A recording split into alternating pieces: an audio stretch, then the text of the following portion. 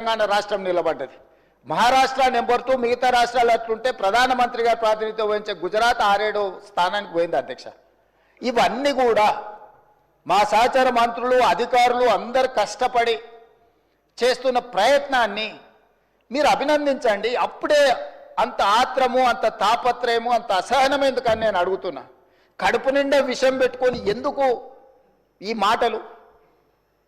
మీరు నిజంగా మీ అనుభవాన్ని రంగరించి సూచనలు చేయండి. ఒకప్పుడు ప్రధాన ప్రతిపక్ష నాయకుడిగా అక్కడనే జానారెడ్డి గారు కూర్చొని మీరు తీసుకుంటున్న నిర్ణయాలకు వారు ఏ రకంగా ప్రభుత్వానికి సలహాలు సూచనలు ఇచ్చిండ్రు జానారెడ్డి గారిని ఆదర్శంగా తీసుకోండి. మీరు ఆనాడు మా పార్టీ ప్రయోజనాల కంటే కూడా రాష్ట్ర ప్రయోజనాలు ముఖ్యమని చెప్పి పెద్దలు జానారెడ్డి గారు ప్రతిపక్ష నాయకుడు, మొట్టమొదటి ప్రతిపక్ష నాయకుడుగా ఒక సాంప్రదాయాలను వారు ఏర్పాటు చేసింది. ఆ సాంప్రదాయాలను ప్రతిపక్ష నాయకుడిగా బట్టి విక్రమార్క గారు కొనసాగించారు. మీరు కక్షగట్టి ప్రతిపక్ష హోదా తీసినా, మీరు మైకు ఇచ్చినా ఇవ్వకపోయినా, మీరు ఇచ్చిన కొద్ది సమయంలో కూడా వారు ప్రతిపక్ష నాయకుడిగా మీకు ఎన్నో రకాలుగా సూచనలు ఇచ్చే ప్రయత్నం చేసిండ్రు.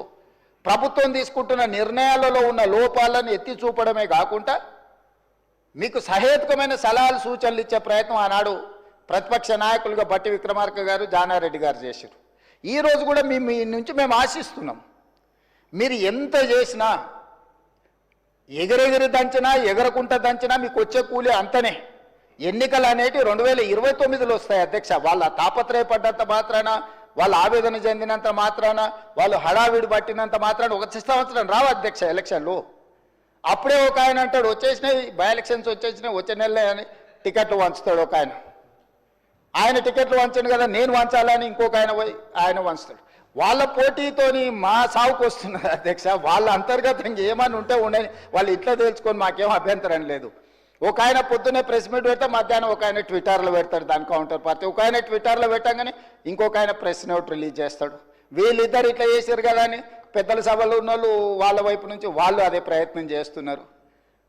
వాళ్ళ పోటీ రాష్ట్ర ప్రభుత్వానికి తలకాయ నొప్పిగా మారిపోయింది అధ్యక్ష ఈరోజు. అందుకే నేను ఒకటే విజ్ఞప్తి చేస్తున్నా అధ్యక్ష, ఎన్నికలు మహేశ్వర్ రెడ్డి గారి పార్టీ జమిలీ ఎన్నికలు అంటారు, అవన్నీ కలిపి తీసుకొస్తామంటారు. ఇవన్నీ ఓవేళ అంతా కలిసి వస్తే 2028లో రావాల్సిన ఎలక్షన్లు అవి 2029కి పోయేటట్టున్నాయి అధ్యక్ష.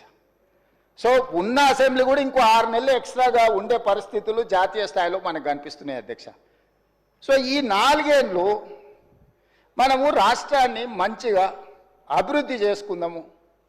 మీరు నా దగ్గరకు వచ్చిన వాళ్ళలో అప్పుడప్పుడు టీవీలలో పేపర్లలో ఎవరు వచ్చి కలిసినా కూడా ఇటు అటు అని నేను ఎవరికైనా నేను సభానాయకుడిగా ముఖ్యమంత్రిగా ప్రతి ఎమ్మెల్యేకి నేను అందుబాటులో ఉంటా.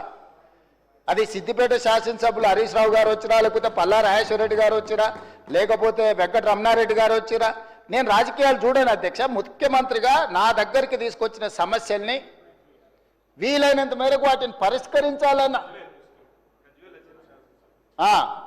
మా బట్టి గారు సూచన చేశారు. గజ్వేల్ శాసనసభ్యులు వచ్చినా కూడా, ప్రతిపక్ష నాయకుడు వచ్చినా కూడా ఆ నియోజకవర్గానికి సంబంధించిన సమస్యలు కూడా పరిష్కరించాలంటారు. శాసనసభ నియోజకవర్గాలకు ప్రాతినిధ్యం వహించే ఎమ్మెల్యేలను నేను ఖచ్చితంగా ప్రజలు ఎన్నుకున్న ప్రతినిధులుగా వాళ్ళని గౌరవించే బాధ్యత నాది అధ్యక్ష. Just they can come as walking, just ఇట్లా నడుచుకుంటూ వచ్చి ముఖ్యమంత్రికి ఏదైనా రిప్రజెంటేషన్ ఇవ్వచ్చు. దానికి అనవసరమైన రాజకీయాలు ఆపాదించాల్సిన అవసరం లేదు అధ్యక్ష. మీరు డెఫినెట్గా ఇస్తాము. ఇచ్చినప్పుడు ఇన్ఛార్జ్ మినిస్టర్ ఉంటాడు, మీకు ఇన్ఛార్జ్ మినిస్టర్లు నిర్ణయాలు చేస్తారు. ఈరోజు ఇందిరమ్మ ఇళ్ళలో ఇందిరమ్మ కమిటీలు ఉన్నాయి, అన్నీ ఉన్నాయి. డెఫినెట్గా ఇస్తాము. మీరు ఇచ్చిన కాగితాలు